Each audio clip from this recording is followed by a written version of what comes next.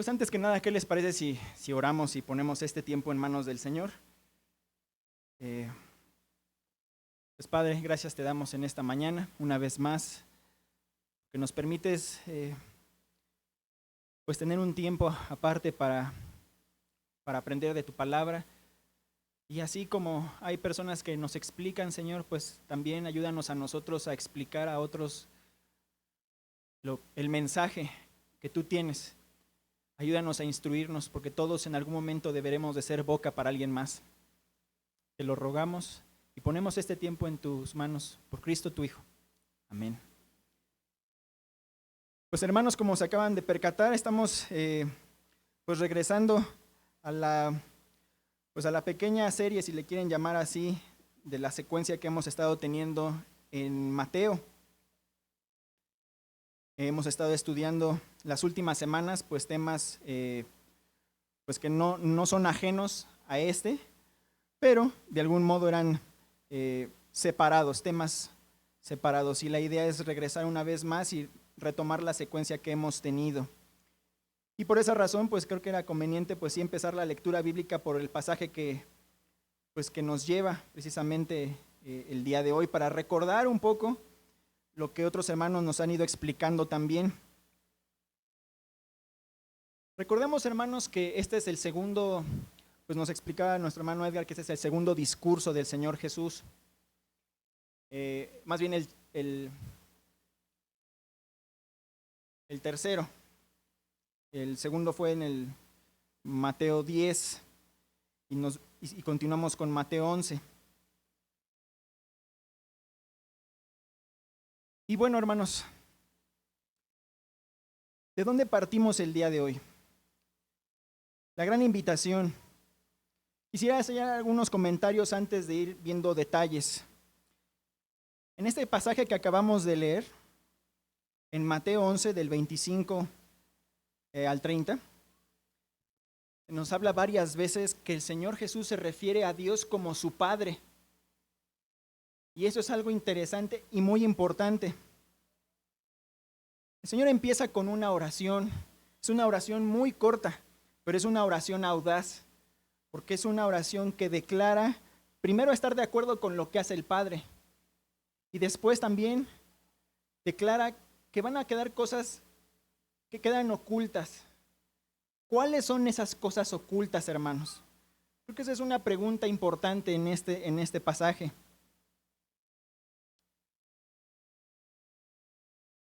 También, hermanos, en el siguiente no solamente es mencionar que el Señor le llama Padre, pero que Él también se dice de sí mismo con respecto al Padre como su Hijo.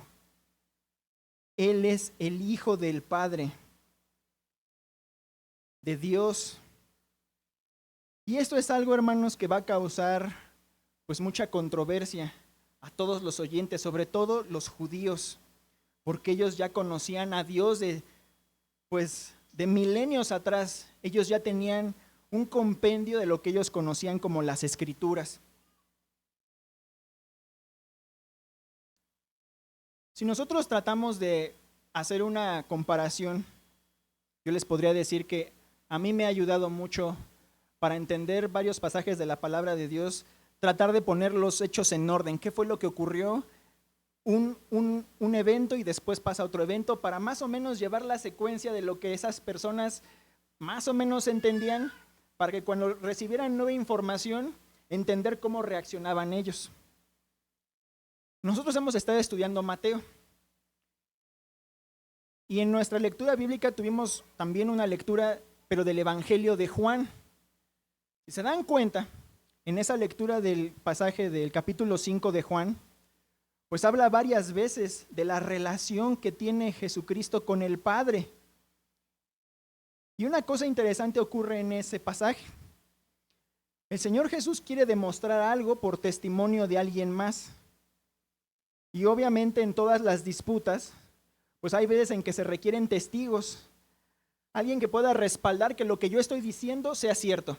No sé si estamos de acuerdo en esto. Cuando hay problemas, pues a veces se llaman testigos. Cuando hay una disputa, cuando hay hasta un crimen. Todas las disputas se resolverían a veces por medio de testigos. Y esta no va a ser una excepción. En ese pasaje de Juan, pues el Señor Jesús dice, hay testigos de lo que yo estoy diciendo. Primero está Juan el Bautista. Él dio testimonio de mí porque ustedes mandaron preguntar. Después él menciona que algo más que da testimonio de él mismo son sus obras. Sus obras en este caso que están en el orden de lo milagrosas. ¿Quién de nosotros puede hacer obras milagrosas a discreción? Es decir, si yo veo que alguien está padeciendo alguna enfermedad, que yo pueda orar al Señor y decir, Señor, yo sé que tengo tanta fe, que yo sé que tú puedes sanar y que en ese mismo momento ocurra. ¿Quién de nosotros podría hacer eso en este momento? O mañana o pasado mañana, ¿quién podría hacerlo? Pienso que nuestra fe está limitada, quizá en nuestra generación. No estoy diciendo que el Señor no tenga poder para sanar. No estoy diciendo que en un momento particular el Señor pueda así disponer y responder a nuestras oraciones. Pero el énfasis al que estoy haciendo mención en este momento es que el Señor Jesús sí tenía el poder para hacerlo a discreción. ¿Y qué es a discreción? Que Él podía decidir en hacerlo con uno, con otro, uno tras otro. Y eso es por lo que Él clama cuando les dice a estas personas, mis obras dan testimonio de mí mismo. Y llama a un tercer testigo y se refiere al Padre. Cuando Él menciona que el Padre es el que da testimonio porque Él le ha enviado y Él también les da una información que ellos no logran aterrizar. Dicen, ustedes no lo conocen, ustedes no lo han oído porque jamás han oído la voz ni han visto su apariencia. La pregunta es, hermanos, ¿quién ha escuchado la voz de Dios a lo largo de la historia? En ese caso, los judíos sí podían decir que ellos sí habían escuchado la voz de Dios. Si ustedes recordarán aquella generación que vio cómo Moisés lo sacó por el poder de Dios de Egipto, ellos cuando llegaron al monte Sinaí escucharon la voz de Dios. Tanto que se espantaron y le terminaron diciendo a Moisés, mejor tú trata con él y nosotros te escuchamos a ti, porque no vayamos a caer muertos escuchando la voz directa de Dios. Ahora bien, ¿por qué esto causaría controversia? Lo que causó controversia para las personas del tiempo de nuestro Señor Jesucristo fue el hecho de que Él se llamara Hijo de Dios y que se refiriera a Dios como el Padre, mi Padre. Es como si lo estuviera tuteando. No sé si me explico. Porque a lo largo de la historia y en el Antiguo Testamento también muchas personas fueron llamadas hijos de Dios, incluso todos los israelitas. Entonces no estaban escuchando algo que no hubieran escuchado antes. Pero escuchar que alguien se refiriera a Dios como su Padre y que lo pusiera al mismo nivel que Él, eso sí que causaba controversia. Cuando les hablo de poner los eventos en orden, pues no sé si, creo que todos han escuchado que los evangelios son 4. 2 de esos evangelios escritos por 2 apóstoles y 2 de esos evangelios escritos por personas que hicieron investigación. En este caso los apóstoles Mateo y Juan. Y los otros evangelios por Marcos y Lucas. Nuestro pasaje del día de hoy, el de Mateo 11, del 25 al 30, no se encuentra registrado en Marcos. Entonces solamente nos quedan Mateo, Lucas y Juan. Pero vuelvo a hacer énfasis al tema del orden de los eventos, y esto no es porque yo quiera arruinarles la lectura, más bien quiero animarles a que vuelvan a tomar la lectura de todos los evangelios y que a lo mejor lo hagan como si fuera un maratón de lectura evangelística, que leyeran todos los evangelios lo más rápido posible, es decir, sin interrupciones. ¿Por qué, hermanos? Muchas veces nosotros, como cristianos, pues nos gusta decir que tratamos de explicar con precisión la palabra de Dios porque lo hacemos poco a poco. Es decir, algunos ocupan la palabra expositivamente para tratar de extraer el contenido original que quería dar el autor y transmitirlo a todos los demás. Mientras estaba leyendo el pasaje que nos toca, me topé con una enorme dificultad para mí también. O sea, cuando yo escuchaba de esas cosas ocultas, decía yo, más te vale que sepas precisar lo que el Señor quería decir cuando decía esas cosas que quedaron ocultas para unas personas. Y el problema de eso es que cuando me voy, por ejemplo, del Evangelio de Mateo al Evangelio de Lucas, que se encuentra este pasaje en Lucas 10, el equivalente, pues está de alguna manera partido. ¿Por qué? Al principio de este capítulo de Mateo 11, primero empieza hablando de que Juan el Bautista envía a hacer una pregunta al Señor Jesús con una duda, lo recordarán algunos. Él quería saber, Señor, ¿eres tú o es alguien más a quien esperamos? Porque pues yo ya dije que eras tú, ¿no? Había una duda, ¿eres tú o esperamos a alguien más? Y el Señor Jesús habla de Juan el Bautista, y volveremos a retomar en breve a Juan el Bautista, pero si recordamos aquella predicación de nuestro hermano Israel, él mencionaba pues varios ejemplos de cómo los israelitas veían a ese prometido del Antiguo Testamento, a ese Mesías. Incluso él nos hacía recordar, aquel era el que nos iba a traer buenas nuevas, de hacer referencia a Isaías 61, que menciona que viene alguien que trae buenas nuevas. Entonces, en el Evangelio de Lucas, la historia está un poco partida en dos. En Mateo está junto el fragmento en donde se nos explica que Juan el Bautista envía a preguntar al Señor Jesús. El Señor Jesús responde, les da a entender que todos esos milagros que él hacía, que los ciegos vieran, que los sordos escucharan, que los cojos andaran, que los muertos resucitaran, todas esas cosas nos dan a entender que para el momento en el que Jesús da esa declaración, esas cosas ya habían empezado a ocurrir en su ministerio. Ya habían ocurrido todos esos milagros. Y después el Señor Jesús no solamente se refiere y habla sobre Juan el Bautista, sino también se dirige a las ciudades en donde él ya había predicado, que son prácticamente las predicaciones pues de hace unos 2 meses atrás.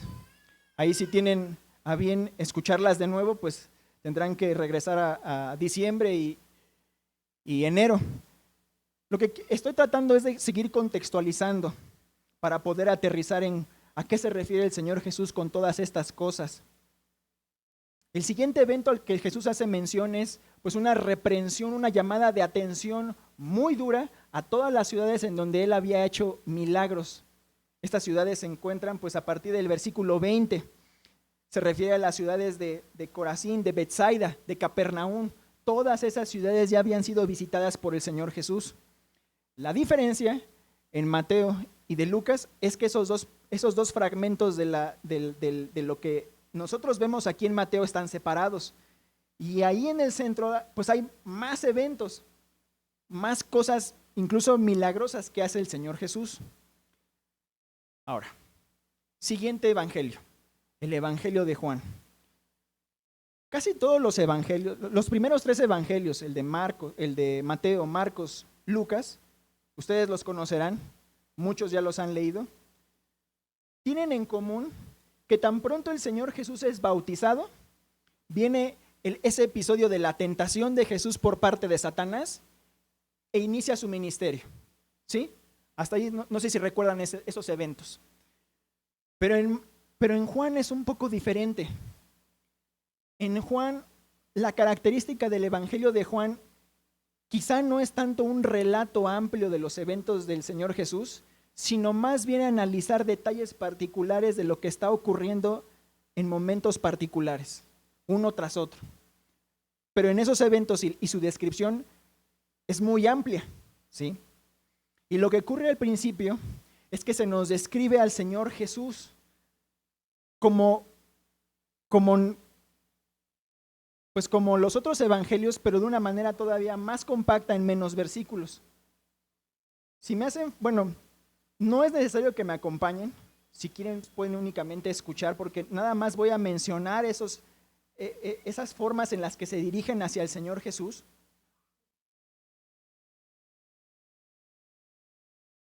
El Evangelio de Juan empieza con Juan el Bautista. Ahí hago la distinción. el apóstol Juan, una persona separada, diferente a Juan el Bautista. Juan el Bautista es la punta de lanza para que llegue el Señor Jesús en su ministerio. Y por lo que él hacía y la predicación que él tenía y la forma en la que él llamaba la atención de las personas, él lograba no solamente captar la atención de las personas, sino que muchos llegaron a creer a través de su predicación. Yo tengo la impresión de que Juan el Bautista era un maestro de aquel profeta Isaías. Creo que él sí entendió lo que Isaías estaba tratando de decir capítulo tras capítulo. Y Juan el Bautista va a ir dando pautas de quién es el Señor Jesús mucho antes de esta conversación, de este episodio del Señor Jesús con los judíos en Mateo 11. En el primer capítulo de Juan, se dice que le preguntan a Juan el Bautista si él era el Cristo, a lo cual él dice: yo no soy el Cristo, yo soy aquel que apunta hacia el Cristo, yo solamente voy delante de él y apunto. Y a mí, quien me envió, me dijo que yo vería, son palabras de Juan el Bautista, yo vería al Cristo y yo sabría quién sería el Cristo cuando yo viera que desciende el Espíritu sobre de él. Esa es la paloma, aquella paloma que desciende y descansa en los hombros del Señor Jesús. Pero en este evangelio no se nos relata cuando lo bautiza, sino solamente lo pone en tiempo pasado, porque ya le preguntaron, le están haciendo la pregunta: bueno, ¿tú quién eres? Entonces, probablemente en ese momento en el que le hacen la pregunta a Juan el Bautista, el Señor Jesús no estaba ahí presente, pero ya había sido bautizado. En los siguientes versículos, sobre todo a partir del versículo 29, se nos está hablando de un día siguiente, pero no significa que fue el día siguiente del cual fue bautizado. Es un día siguiente de la secuencia de la conversación que está teniendo Juan el Bautista. Pero él se refiere al Señor Jesús de la siguiente manera: ve al Señor Jesús y él le dice: ahí está el Cordero de Dios. Y empecemos a ver todos estos títulos, porque estos títulos describen la identidad del Señor Jesús. La identidad del Señor Jesús es una de esas cosas ocultas que para muchos quedaron tapadas, que no las logran entender. En Mateo 11, cuando el Señor Jesús: doy gracias porque muchas de estas cosas quedaron ocultas. ¿Qué fue quedado oculto? Pues que Jesucristo es el Cordero de Dios. ¿Por qué es importante esto? Continuamos. La siguiente manera en la que Juan el Bautista se refiere al Señor Jesús es como el Hijo de Dios en el versículo 34. Y después nos relata este evangelio que Jesús conoce por primera vez a algunos de aquellos que serían sus apóstoles. Se dice que conoce a Andrés, se dice que conoce a Felipe, se dice que conoce a Pedro y conoce también a Natanael. Y todos ellos, bueno, no todos ellos, Andrés en este caso particular había sido un discípulo de Juan el Bautista. Fíjense qué hermoso que uno de sus apóstoles fuera Juan el Bautista. Uno de sus apóstoles hubiera sido discípulo también de Juan el Bautista. Y él me gusta este personaje Andrés, porque él fue el primero que le cayó el 20 de todos los apóstoles, antes de ser apóstol, en darse cuenta que probablemente ese Jesús de Nazaret era nada más y nada menos que el Mesías. Y se lo dice a su hermano: hemos hallado al Mesías, ven con nosotros, hemos encontrado al Mesías. Así que Pedro conoce al Señor Jesús. Entonces esta historia, hermanos, pareciera ser, en los siguientes capítulos todavía vemos participando a Juan el Bautista con vida y al Señor Jesús teniendo parte de su ministerio, pues con Juan el Bautista antes de que él fuera encarcelado. Se nos habla en Juan que hubo unas bodas de Caná y escuchamos que escuchamos que el Señor Jesús va a Jerusalén durante la Pascua y después de esa Pascua conoce a Nicodemo. Todos conocen o han escuchado hablar acerca de Nicodemo. Pero después Juan el Bautista vuelve a tener participación, vuelve a tomar la palabra. Y dice del Señor Jesús, porque le vuelven a preguntar, bueno, ¿qué está pasando con esta persona que tú bautizaste? Y él mismo les dice, yo les he dado testimonio de que él es más importante que yo. Versículo 31 del capítulo 3 dice, el que procede de arriba, aquí son palabras de Juan el Bautista, y síganme con atención, el que procede de arriba está por encima de todos. El que es de la tierra, procede de la tierra y de la tierra habla. Pero el que procede del cielo está sobre todos. Lo que él ha visto y oído, de esto da testimonio y nadie recibe su testimonio. No sé si algunos recuerden de la predicación de la semana pasada que precisamente cuando nos hablaban de esa conversación de Jesús con Nicodemo, esas son precisamente algunas de sus palabras que él le dice a Nicodemo. En el versículo 11, igual del capítulo 3, en verdad te digo, Jesús con Nicodemo, en verdad te digo que hablamos lo que sabemos y damos testimonio de lo que hemos visto, pero ustedes no reciben nuestro testimonio. Si les he hablado estas cosas terrenales y no creen, ¿cómo creerán si les hablo las celestiales? Estas cosas celestiales, hermanos, son otra vez esas cosas que para algunos quedan veladas, que no se entienden. ¿Y por qué? El ejemplo que da el Señor Jesús con Nicodemo, si lo recuerdan, era un ejemplo que a todos nos ocurre. Todos nacemos, ¿cierto? Todos nacemos.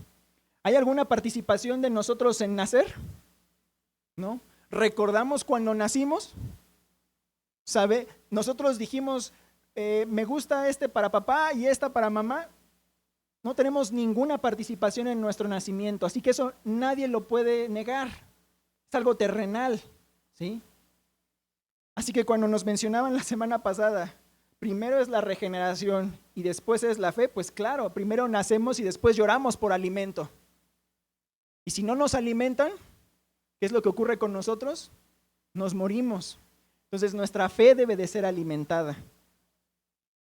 Entonces una de esas cosas que son celestiales es entender a qué se refiere el Señor con su propia, no solamente con su propia persona, sino cómo ha decidido Él establecer su relación con nosotros.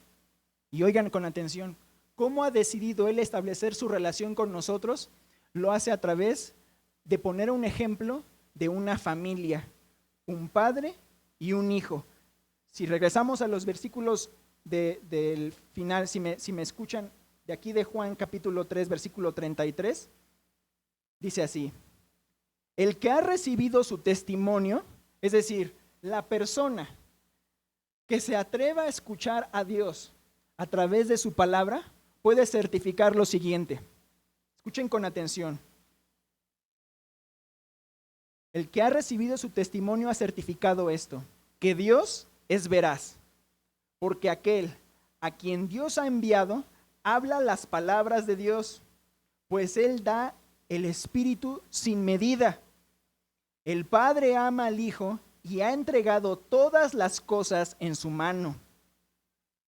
El que cree en el Hijo tiene vida eterna, pero el que no obedece al Hijo no verá la vida, sino que la ira de Dios permanece sobre de él. Una cosa muy importante de esta conversación es que esto ocurre mucho antes de la conversación y de lo que hemos estado leyendo en Mateo 11, en donde el Señor dice, todas estas obras que ven milagrosas y no creen, todo lo que ustedes han visto y no creen,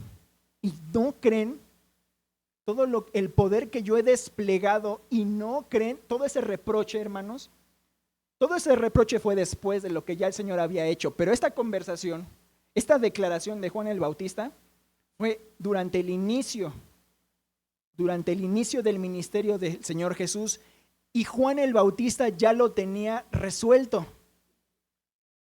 Así que aquí se cumplen muchas cosas. Si ustedes recordarán en Mateo 10, cuando leíamos sobre aquel discípulo que no es más que su maestro, pues parece que Andrés no fue más que su maestro, porque simplemente él logró confirmar lo que su maestro ya le había enseñado, que ese Jesús de Nazaret era ¿quién? Pues el Mesías.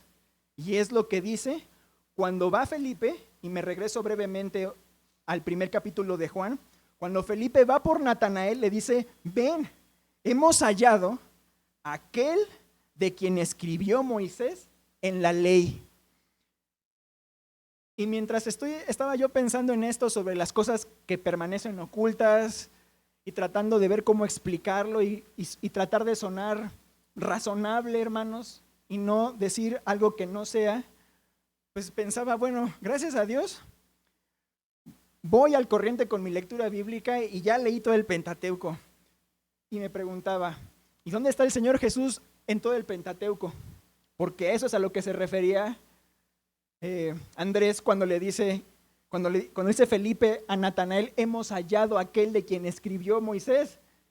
Y la verdad me sentí muy mal conmigo mismo, hermanos, porque no recordaba. ¿Dónde está el Hijo en el Pentateuco? Sí, hice mis notas y estaba ahí escribiendo. ¿Dónde? ¿Dónde está? Bueno, para fortuna nuestra, todas las verdades bíblicas no fueron descubiertas por un solo hombre, hermanos. Fueron descubiertas paulatinamente y fueron explicadas no por uno, sino por varios. Por varios. ¿Sí? Entonces, Felipe dice del Señor Jesús, aquel de quien Moisés escribió. Cuando llega Natanael, ¿qué fue lo que cómo calificó Natanael después de que el Señor Jesús le mostró y le dijo, pues, esas hermosas palabras, he aquí un verdadero israelita? ¿Con qué palabra y con qué título?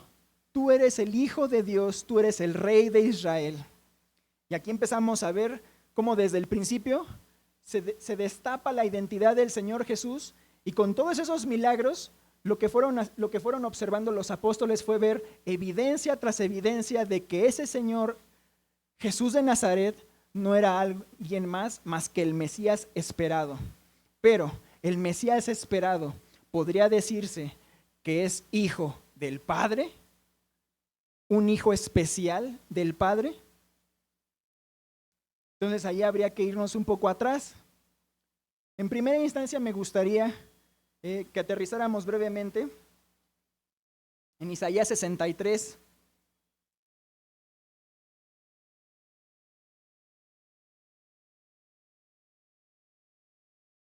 Honestamente, para ir descubriendo dónde van brincando esos pequeños textos que nos van dando pautas para, pues sí, decir con más fuerza lo que estamos transmitiendo, pues hay veces en que o tenemos una gran puntería y aterrizamos en el versículo que queremos, o tenemos que leer una gran cantidad de palabras y de capítulos para llegar a donde se nos muestran esas verdades.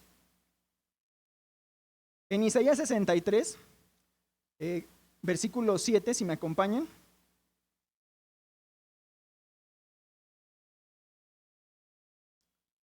Fíjense nada más lo que dice este profeta, y quizás estas palabras podrían pertenecer a aquellos israelitas que salieron de Egipto, y también podrían pertenecer a israelitas de todas las generaciones hasta la generación del Señor Jesús. Dice así: las misericordias del Señor recordaré, las alabanzas del Señor conforme a todo lo que nos ha otorgado el Señor por su gran bondad hacia la casa de Israel, que les ha otorgado conforme a su compasión y conforme a la multitud de sus misericordias, porque Él dijo, ciertamente ellos son mi pueblo. ¿A partir de qué momento histórico es que se le llama pueblo a Israel? Pues a partir de la salida de Egipto, ¿cierto? Yo creo que sí. Hijos que no engañarán, y Él fue su Salvador. ¿De quién está hablando? De Dios. En todas sus angustias, Él estuvo afligido. El ángel de su presencia los salvó.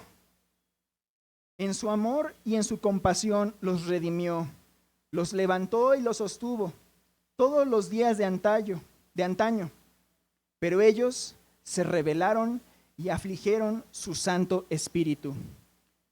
Y yo creo que esto describe a la generación que salió de Egipto, porque ellos salen. Ellos pueden decir, me liberaste. Ellos sí pueden hablar de la misericordia de Dios, pueden hablar de la bondad, de su compasión, de su salvación. ¿Y de qué también pueden dar testimonio? De que ellos pecaron.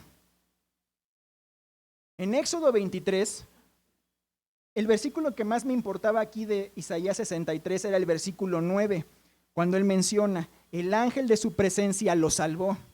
¿Quién es este ángel? Este ángel se encuentra en Éxodo 23.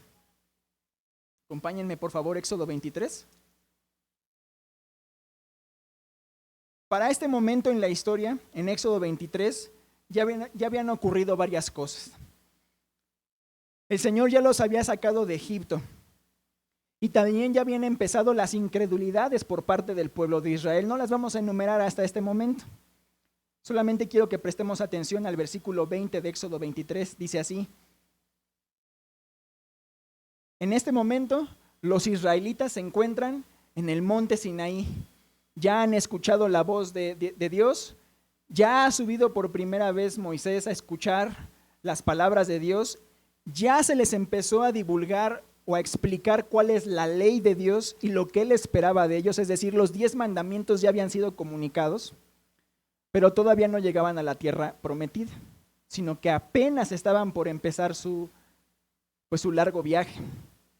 Dice así, versículo 20, yo enviaré un ángel delante de ti para que te guarde en el camino y te traiga al lugar que yo he preparado.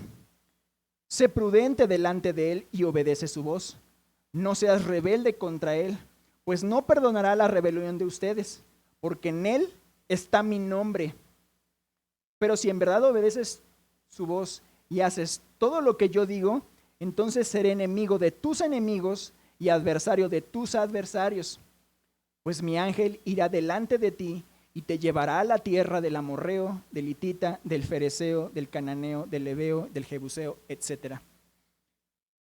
Este personaje, hermanos, este ángel, pues es Cristo. Este ángel es la primera vez, bueno, no es la primera vez con el que se encuentra con Moisés.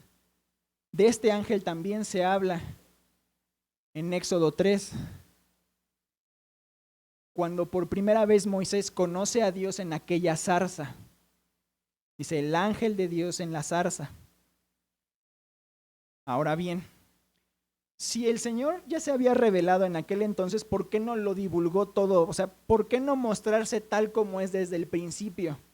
Bueno, la única respuesta es que, pues, si Abraham, y eso también está en el Pentateuco, le explica, yo no me di a conocer con este nombre como me doy a conocer a ti, yo no me di a conocer así a Abraham. Entonces todavía Abraham conoció a Dios pues de una manera todavía más, vamos a decir, burda. Apenas estaba dando a conocer Dios. ¿Por qué esto es importante, hermanos? Muy bien. Si yo vuelvo a regresar una vez más, si volvemos a regresar a Isaías, a este profeta, ahora en el capítulo 42, versículo 8, esta es una declaración que Dios dice de sí mismo. Dice así, yo soy el Señor, ese es mi nombre. Mi gloria a otro no daré, ni mi alabanza a imágenes talladas. Y yo me pongo a pensar, bueno, ¿y el ángel? ¿Por qué Dios le dice a Moisés, vas a obedecer a mi ángel? ¿Y por qué Jesús diría después que el Padre y Él son prácticamente consustanciales en cuanto al poder? Porque dice, todo me lo ha dado el Padre, pero yo no hago nada por mí mismo. Todo lo que yo hago no lo hago por mi voluntad, sino por la voluntad de mi Padre. Todas las obras que han podido observar son porque mi Padre me envió a hacerlas y porque mi Padre da testimonio de hacerlas. Entonces, la única manera de armonizar a esta familia dentro de la declaración de Isaías es que esta familia, este Padre, este Hijo y aquel Espíritu que se entristece si nosotros pecamos, tienen una connotación especial que va más allá de nuestra comprensión. Y si para nosotros, que el Señor nos ha concedido tener conciencia de que en nuestras vidas hay pecado, entonces vale la pena entender y quizá comprender más allá, pues cómo está formado Dios mismo y cómo fue que Él poco a poco se fue mostrando a la humanidad. Entonces, si nosotros regresamos a nuestro pasaje en Mateo 11, teniendo esto pues presente, dice, en aquel tiempo Jesús dijo, te alabo Padre, Señor del cielo y de la tierra, porque ocultaste estas cosas a los sabios e inteligentes y las revelaste a los niños. Con esta oración audaz el Señor está diciendo, lo primero que debemos de comprender para un cristiano es que el cristiano no nada más está aquí para sentirse mejor. El cristiano está para conocer a Dios y tener una relación especial con Él. Tener una relación especial con Dios requiere sí corregir muchas cosas. Porque si aquellas personas que conocieron al Señor desde tiempos de antaño, como hemos leído en los otros textos, a quienes se les reveló cuál era la voluntad de Dios en los mandamientos, cuáles son aquellas cosas que a Dios no le agradan, y nosotros rompemos esas leyes, pues esa relación se rompe también con Dios mismo. Entonces, lo primero que quedó oculto fue la identidad del Señor Jesús como Mesías, como el Hijo del Padre, como aquel rey que vendría y que viene y establece su relación al mismo nivel con el Padre. Más adelante, hermanos, cuando ya empieza a relatar el Evangelio de Juan sobre los milagros que hizo el Señor Jesús, hay una declaración interesante que va muy de la mano con lo que hemos aprendido en las últimas semanas. Y es la siguiente. Cuando el Señor Jesús era cuestionado, no es necesario, gracias. Cuando el Señor Jesús era cuestionado, ¿por qué fue cuestionado? El Señor Jesús fue cuestionado por romper el día de reposo. ¿Lo recuerdan? Y varias veces. Él sanaba en día de reposo. Pero el día de reposo, pues es parte de los mandamientos, es el cuarto mandamiento, espero no equivocarme. Es uno de los mandamientos del Señor, es muy especial. Y si ustedes recuerdan, hermanos, en esa lectura bíblica era tan especial el día de reposo que una persona por recoger leña murió a manos de todo el pueblo. Por recoger leña. No sé, lo que quiero decir es que no es que a Jesús le encanta estar rompiendo, pues yo soy Dios, soy consustancial y yo sí rompo porque yo soy Cristo. No, hermanos. Él rompe el día de reposo porque él mencionaba, ¿es lícito hacer lo correcto en día de reposo? Es lícito hacer lo que es correcto. Pero si el que se beneficia de lo que se hace en día de reposo soy yo mismo, recoger leña era, pues, tengo frío, y bueno, cualquiera diría, bueno, ¿por qué no lo haces otro día? ¿No ves lo que está pasando? Que a cada rato el Señor se está molestando con nosotros, están muriendo las personas porque no obedecemos y tú quieres ir a cortar leña hoy. ¿Qué quiero decir con esto, hermanos? No es, yo pienso que, y ahora sí, pues es difícil porque muchos cristianos pues lo que han hecho es una distinción entre la ley y decir, la ley es de un Dios pues muy duro y Cristo es muy amoroso y sin querer nosotros mismos estamos separando la justicia de Dios de la misericordia de Dios cuando ambas deben de ir juntas, no pueden ir separadas. Entonces, ¿dónde está el meollo del asunto? Cuando ellos escuchan que Jesús hace esto en día de reposo, se molestan, sí, porque no debía de romperse el día de reposo. En Juan 5, antes de los versículos que leímos al principio, se nos narra que cura a un paralítico. No es el mismo paralítico que bajan en la camilla, es otro, porque este es en Jerusalén. Entonces ellos ven que el Señor sana en día de reposo y ven a esta persona caminando con su camilla y le dicen, espérate, tú no puedes estar caminando en día de reposo con tu camilla, no puedes cargar la camilla. Por eso mencionaba lo de la leña. Bueno, si la leña, no se puede cortar leña en día de reposo, entonces pues no puedes hacer nada más que pensar en Dios todo el día y estar agradecido con Él todo el tiempo. Pero todavía algo más les molesta a estos judíos. Y en el versículo 18 es donde está, dice, entonces, por esta causa los judíos aún más procuraban matar a Jesús, porque no solo violaba el día de reposo, sino también llamaba a Dios su propio Padre, haciéndose igual a Dios. Entonces, ¿qué cosas quedaron ocultas para algunos? Bueno, su identidad, su relación con Dios, una relación sumamente especial. Versículo 27 de Mateo 11. Todas las cosas me han sido entregadas por mi Padre, y nadie conoce al Hijo sino el Padre, y nadie conoce al Padre sino el Hijo, y a quien el Hijo se lo quiera revelar. Ojalá y quede más claro este versículo después de todo lo que hemos estado pues tratando de exponer, tratando de mencionar cómo fue que Juan el Bautista observó al Hijo, lo que declaró en su relación Padre-Hijo, es decir, Dios Padre, Dios Hijo.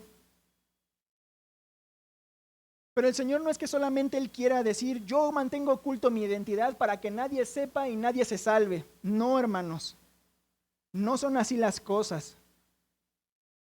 El problema aquí es que Él tiene una conversación y está, digamos, yo no me quiero adelantar. Los siguientes capítulos que si Dios permite estudiaremos más adelante, el 12 y el 13, es una continuación de esto que estamos platicando en este momento. Vamos a ver más referencias sobre Cristo en Isaías y van a ver más verdades, porque vienen otra vez los fariseos a cuestionar a Jesús. Y no es de que nosotros digamos, los fariseos eran los villanos. Y yo preguntaría, bueno, ¿hay fariseos en nuestra época? ¿Hay judíos fariseos en nuestra época? Pues parece que ya no. ¿Hay gente que se queje de que se rompe el día de reposo? Pues yo no lo he visto. Entonces podríamos decir, entonces todo quedó resuelto, ya no hay nada que resolver porque todo ya fue resuelto desde estas escrituras. Y no, hermanos. En una de las predicaciones de las semanas anteriores, recuerdo, no me acuerdo si fue el mismo hermano Israel, no quiero poner palabras en su boca, recuerdo que mencionaban que en toda persona hay un fariseo, o sea, todos tenemos ahí un fariseo ahí escondido. Es decir, leemos la palabra y decimos, esto debemos hacerlo de esta manera. Y en las maneras, hermano, es en donde todos nos podemos convertir en un fariseo. Todos podemos errar teniendo conocimiento. Es decir, todos nacemos, ¿sí? No sabemos cómo, pero nacemos. Alimentan nuestra fe. Si consumimos alimento, pues vamos ahí, pues nuestro cuerpo va cambiando, va madurando. Y la pregunta es, o una de las preguntas que debemos hacernos, porque es importante para este pasaje, es si la madurez es completamente perdurable. Es decir, yo ya recibí conocimiento, yo ya lo tengo, soy maduro y yo ya no me puedo equivocar. Esa es la pregunta. ¿Eso es cierto? Una vez que somos maduros, ¿ya estamos del otro lado? Siempre que se nos ha llamado a examinarnos si somos salvos, es una pregunta que siempre se hace en tiempo presente, hermanos. Pues me duele decirlo, porque uno diría, bueno, pues tengo años, cuéntamelo de atrás, ¿no? Todos quisiéramos que nuestras credenciales contaran, y sí cuentan, por supuesto que sí. Pero si nosotros ocupamos nuestro peso para siempre delimitar lo que está bien y lo que está mal, pues nosotros nunca vamos a lograr pues darnos cuenta cuando nosotros nos equivocamos. Y menciono esto porque estas cosas que quedan ocultas las menciona, por ejemplo, Pablo también en algún versículo en 1 Corintios cuando mencionaba sobre los conflictos que había en la iglesia. Si ustedes han escuchado cosas que mencionaba cosas que ojo no vio y oído no oyó, aquellas cosas que el Señor prepara para aquellos que le aman. Entonces la pregunta es, ¿nuestro amor por Dios ha sido siempre perdurable? ¿Siempre se ha mantenido en el mismo nivel? Yo nazco, creo en Dios, confío en Dios y siempre estoy haciendo lo que a Dios le agrada, porque precisamente, hermanos, es lo que el Señor Jesús dice a continuación. Cuando Él dice, vengan a mí todos los que están cansados y cargados, y yo los haré descansar. Tomen mi yugo sobre ustedes y aprendan de mí, que yo soy manso y humilde de corazón. Él sí está diciendo que Él sí es manso y humilde de corazón por siempre. ¿Dónde está el pecado del Señor Jesús a lo largo de su vida? Entonces la pregunta es, nosotros podríamos decir, pues yo quiero ser así, yo quiero algún día decir, yo soy manso y humilde de corazón, ¿no? Y el día que yo lo haga o alguien lo haga, hermanos, yo espero que no haya nadie con un tomate, espero que yo no hacerlo nunca, creo que no nos corresponde. Y por eso el Señor Jesús decía en Juan, si yo doy testimonio de mí mismo, pues no vale mi testimonio. Mi testimonio empezó con Juan el Bautista, primer testigo.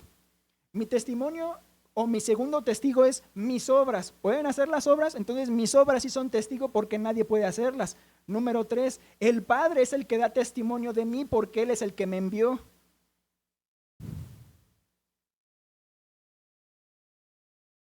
Nosotros sí embonamos en aquellas personas que estamos cansados y cargados. Personas a lo mejor de afuera que jamás han escuchado la palabra de Dios, claro que están cargadas y claro que están cansadas.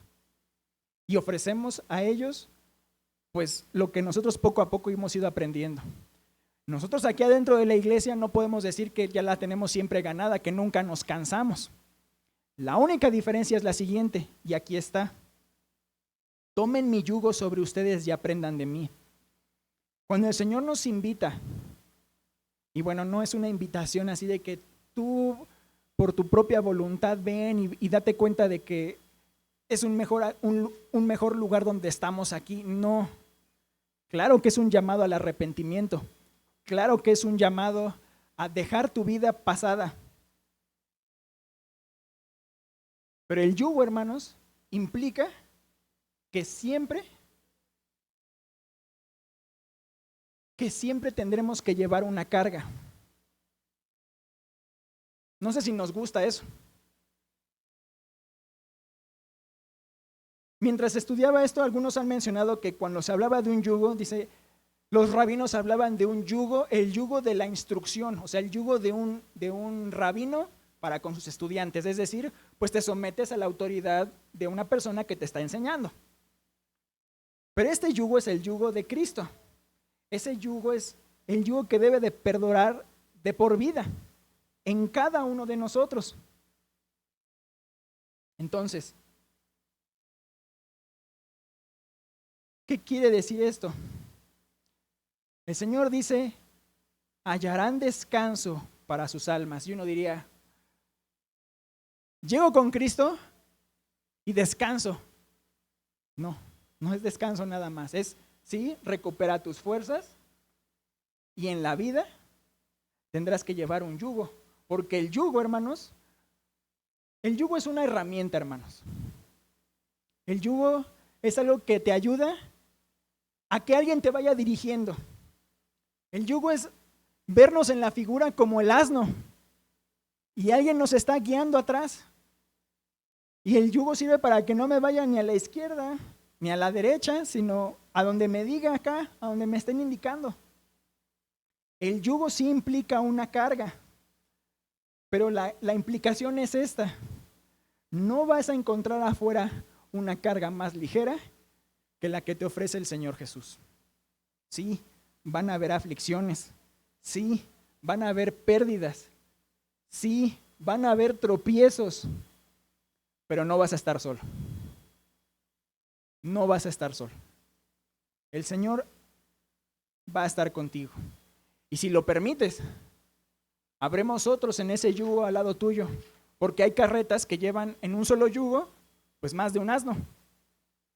Entonces, si lo permites, pues a lo mejor podremos ir ahí juntos. A lo mejor no nos gusta que... Escuché alguna vez una figura que alguien decía, en todos los yugos hay alguien que va más rápido y alguien que va más lento. Y quejándose, a manera de queja, decía, ¿tú cómo le haces para que todos vayan a la misma velocidad? No me gustó su respuesta. ¿Cuál creen que sea? Y la verdad, eso no es importante para nuestro texto, ¿saben? Lo importante es que cada uno lleve su yugo, que cada uno empuje, que cada uno haga lo que le corresponde. ¿Somos responsables? Sí. Y ojalá, pues, hermanos, pues estos textos nos sirvan para motivarnos y volver a retomar todas esas lecturas. No, para mí no fue fácil. La verdad es que batallé mucho en esta ocasión. Puedo decir que este pasaje, o más bien desde mi punto de vista, este pasaje como que venía muy de la mano con los versículos anteriores. Verdades así generales de este pasaje, que pueda retomar brevemente, pues es que hay un evangelio, ¿no? Está en el versículo 5, si no mal recuerdo, aquí mismo de Mateo 11. Dice, a los pobres se les anuncia el evangelio, es decir, buenas nuevas de salvación. Primera verdad de este capítulo. Segunda verdad, que va a haber un juicio. Todos vamos a tener un juicio. Y es mejor presentarse en ese juicio habiendo cargado el yugo del Señor que habiendo estado ahí fuera, haciendo quién sabe qué cosa. Otra verdad, hermanos, de este pasaje, no solamente que hay evangelio, habrá juicio, sino de que en ese juicio habrá niveles de castigo. Porque si el Señor Jesús dio gracias por las cosas que quedaron ocultas, es para que nosotros hiciéramos algo al respecto. Si Él se quejó, bueno, no fue una queja, si Él condenó a estas ciudades de que no creyeron habiendo visto lo que ellos vieron, ¿qué nos espera a nosotros si tenemos un libro completo con todas las experiencias de todas las generaciones? No hay una generación que no se nos escape aquí. Nuestra responsabilidad, hermanos, es aprender en cabeza ajena. Ponernos en los zapatos de todos estos personajes, de todas estas personas, y ver qué les pasó cuando obraron bien y cuando obraron mal, y cuando el Señor sí les tuvo misericordia. O a lo mejor a algunos sí les tuvo, pues tuvo a bien disciplinarlos. Pensando en Moisés, porque aquí habla pues, de Moisés, ¿no? Estos últimos versículos. De Moisés también se decía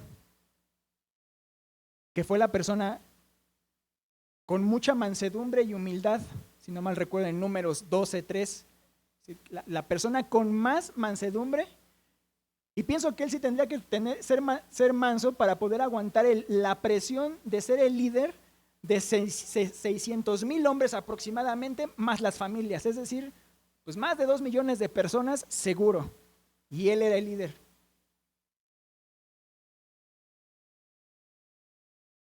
Y bastó una equivocación de impaciencia para que él perdiera una enorme bendición en la tierra, porque él está con el Señor. Él en este momento está con el Señor y descansó mucho antes que sus compatriotas. El Señor lo mandó a llamar. No sé si recuerdan eso, o sea, que él, por haber mencionado, por haberse exaltado y enaltecerse delante de los demás y decirles, por mí, yo les daré de beber, cuando se rebelaron. Y esto de alguna manera, sí, para quienes no lo hayan leído, es una invitación a que lean el Pentateuco completo y no lo suelten. No suelten pues la palabra del Señor. Creo que todos tenemos mucho que aprender. Todos tenemos áreas en que madurar. Todos tenemos cosas en que pedir perdón.